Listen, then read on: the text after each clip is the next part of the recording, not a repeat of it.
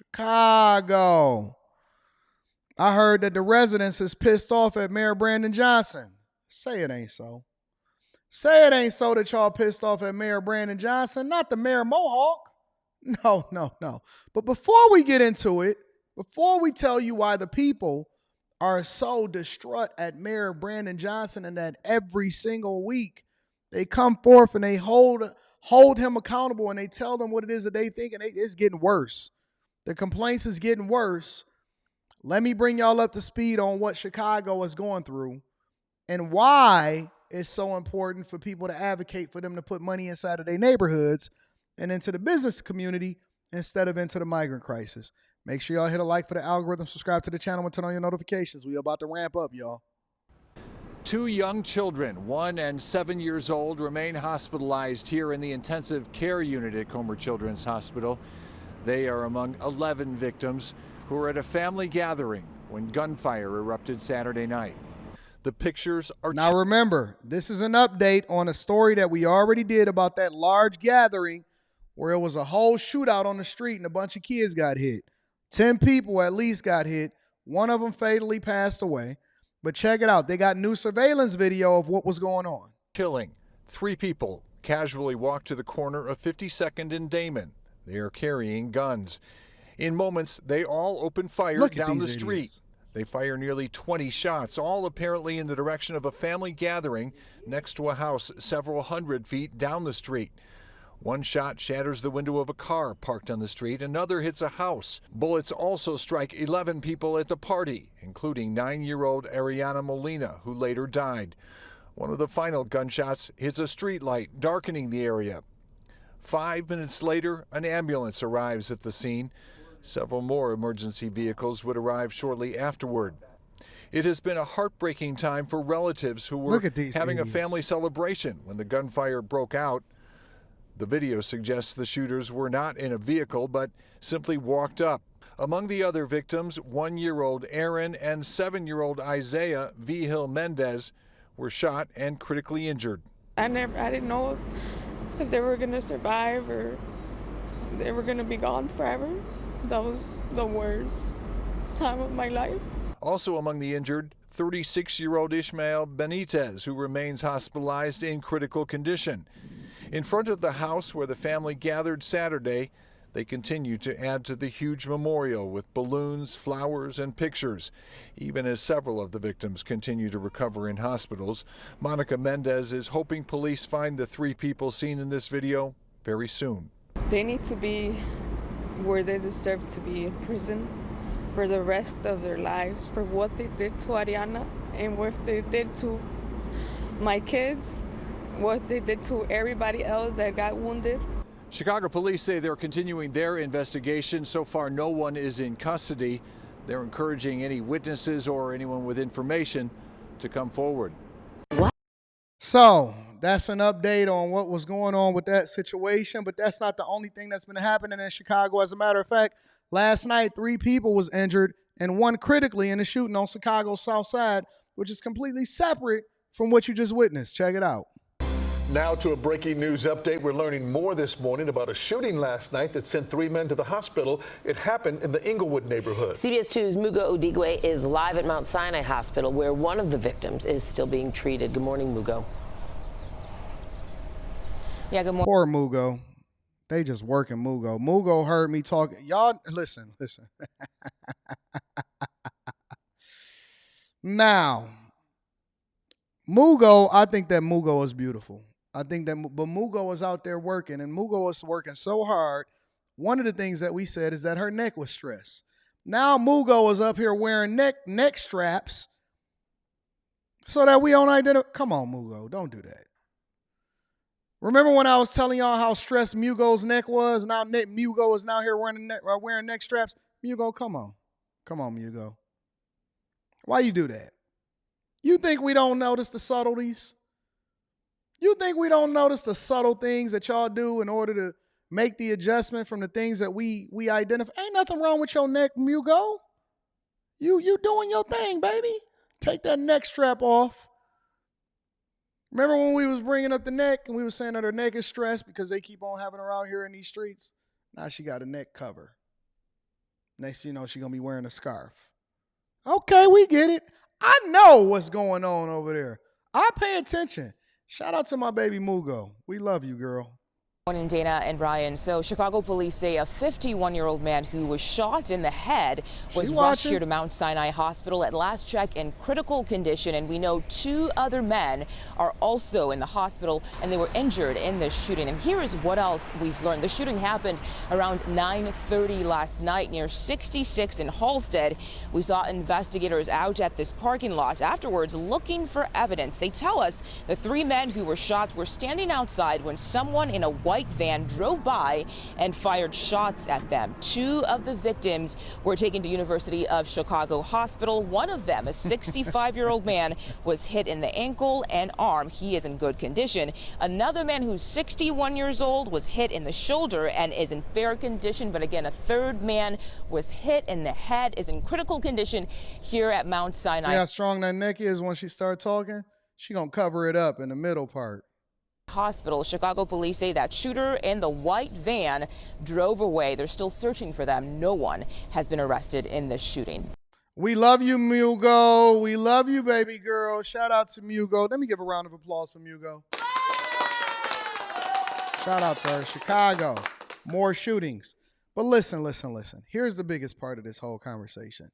The reason why I preface showing you the things that I'm showing you is because I want you to see what the citizens and the residents are dealing with on a regular basis. What they dealing with on a regular basis. And why they feel compelled to come into these meetings and have this conversation and let Mayor Johnson know what's going on. Let's find out what they had to say.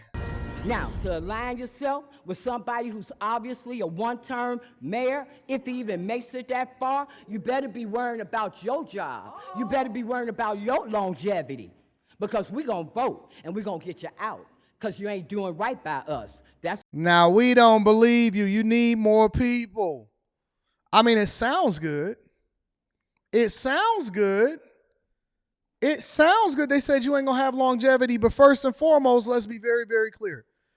Mayor Adams, oh, I'm sorry, not Mayor Adams, that's New York. Mayor Johnson hasn't even done a whole year yet.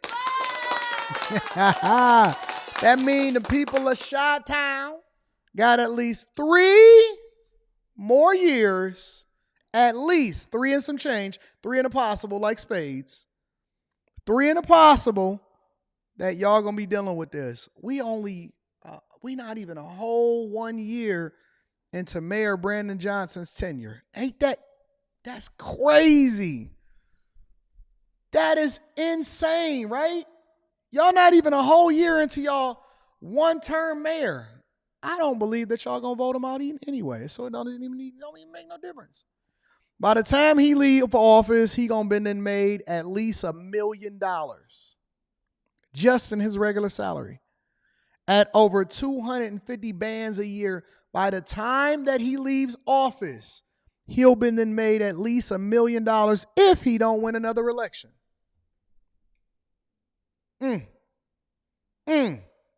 Take that. what time it is. Chicagoans furious and sounding off on Mayor Johnson's plan to tack on another $70 million to migrant funding. Frustration building to the point that some voters are now working to get him out of office, as you heard that constituent there saying. Garrett Tenney live in Chicago with the story. Hi, Garrett. I'm going to read that Cash App shortly, big dog. Yeah, Dana, good morning to you. This migrant issue has become an Achilles heel for Mayor Brandon Johnson, so much so that there are now multiple efforts underway to vote out Democrats and the mayor. We saw that yesterday at the city council meeting where several groups of black voters showed up wearing red shirts with the words "No More Blue, Go Red, and Turn Chicago Red." Ooh, let me get a round of applause for my people over there in Chicago. The people over in Chi-Town, they said, listen, no, y'all waking up. Hey, the people over there in Chicago was watching the Millionaire Morning Show. They waking the F up. They waking up. They wearing red shirts. They said, no more blue, turn Chicago red. Now, that don't mean blood in the streets. That mean the way that they vote. Maybe there is hope for Chicago. What? Wait, in all of the places that I expected to see this, The second to last place, now the first place that I never expect to see it is over in California. Let's be clear. But I never in my life thought that I'd ever see anybody over in Chicago and a group of people, especially black people, saying turn blue into red. I can't believe it. Not in my lifetime. Not in my lifetime that I ever thought that y'all would ever get off the Democrat plantation. No way. Y'all mean they ain't got Eric Daniels over there talking to y'all about why y'all should stay blue?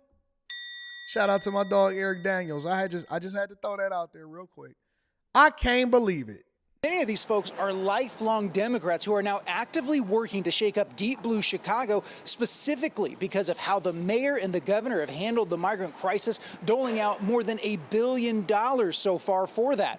And here they are warning the mayor and city council about transferring another $70 million from the city's rainy day fund to take care of the migrants.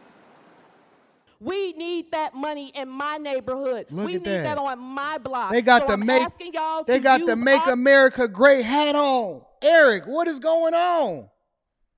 Eric, don't tell me you ain't blue. I know that you love those liberal talking points, Eric. Eric, what is going on? They got the Make America Great Again hat on. Oh my God. Now you know they're going to try to get at Trump. You know that they're going to come after Trump after this. Jesus. Our tax money for our people. We need it. You vote for the money for these immigrants today, and we coming for them seats. You can believe that. The police are fighting with them in the shelters that you guys are funding.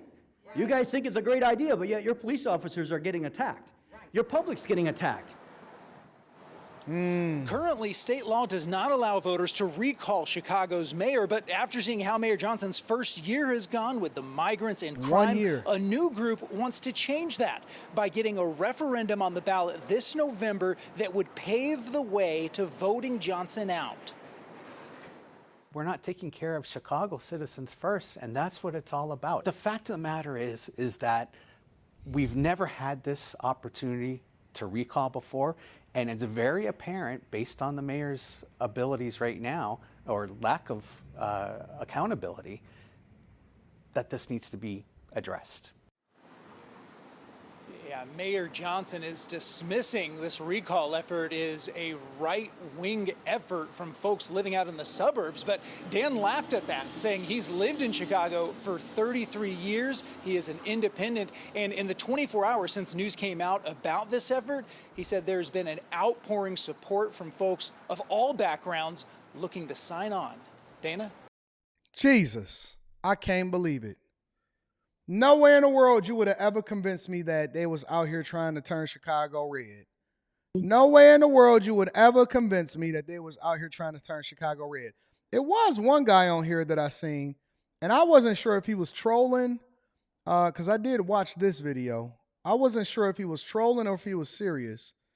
But it was one white guy on here that was talking about why they should continue to fund the migrant crisis over in Chicago. But I'll get to that shortly. Let me see what this guy talking about. Yes, the homeless management information systems. So my number would have been 355061. That would have been issued July 15th, 2021. We financed that endeavor, right? The HMIS. Even the people, even that's behind me. CV 145. We also need to start thinking about long-term solutions to fund affordable housing and economic development that will benefit all Chicagoans.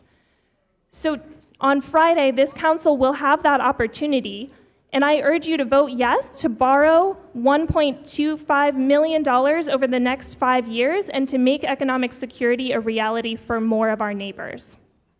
In addition, I would like to urge council to vote against the order that calls for alders to be able to choose whether to remove ShotSpotter technology on a ward-by-ward basis, and also calls for any decisions related to violence prevention funding to be brought to the Public Safety Committee and to a full City Council vote.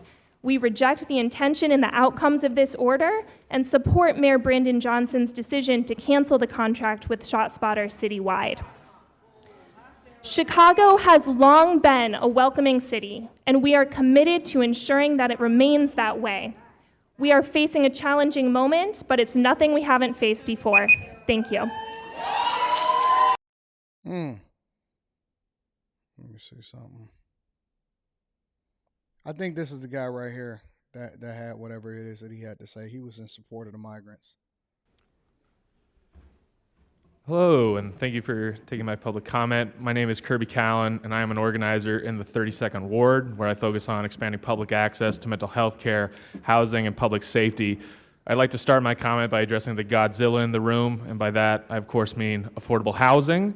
The Finance Committee endorsed the proposal for $1.25 billion for affordable housing over the next 5 years. So much of life as a Chicagoan these days is defined by the transient nature of constantly moving every year or two because you can no longer live in the community you want to place roots. And so we need to build affordable housing. Let's borrow money, let's cut some tape and build more affordable housing units across this city with speed and safety. That's so dumb. That is so dumb. I think that is the dumbest thing that you can possibly do, is to borrow more money to build affordable housing that doesn't add to the tax base. That is so stupid. That is the dumbest idea that I've ever heard in my entire life. Anyways, let's continue. I also want to address the substitute order to change the future of ShotSpotter to a ward-by-ward basis. We cannot do this. We need to cancel the ShotSpotter contract and discontinue its use citywide. An aldermanic discretion of ShotSpotter would lead to a patchwork across the city of profiling, oppression, and aggression. If we are truly to believe that policing can fight crime, we don't need to be expending their resources on something that leads to 85% of the time to incidents where there's no evidence of a gun crime, 90% of the time with no evidence of a crime at all. ShotSpotter wastes our resources and puts those that are most vulnerable at risk of being profiled and damaged by our police. And I also want to spend time speaking on the migrant funding. This is a crisis across our city, but it is not because of the immigrants, it is because of our lack of allocation of resources. This migrant crisis is a resource crisis, and we need vast resources to protect our new community members. 70 million. Hey, you can fight it as much as you want, but it's true. These are our neighbors. These are now a part of our communities. Immigrants are a basis for our future as a city. Ever since the beginning to now, immigrants are the lifeblood of this city, and we need to support them, not just in the 70 millimeter, but to address the future of this city. We need investments in affordable housing, public access to mental health care, so that these people are protected and ensure that they can live in Chicago in a community that is vibrant, depending not only on them, but the connections within the community. $70 million is a great way to start, but it's not enough. It's possible for us to not spend enough on migrant funding. It is not possible for us to spend it's not possible for us to spend too much. We're spending too little. Let's expand the money for migrants. They need our support. They're not going anywhere. We are a welcoming city. We're going to stay that way. So let's make sure they are protected. Thank you. That's my public comments.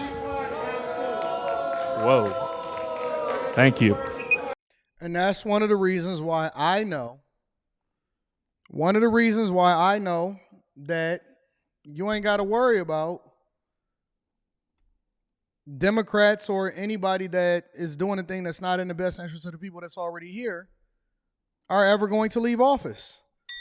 Because people like that, let me tell you about these people. People like him are people that actually participate and vote.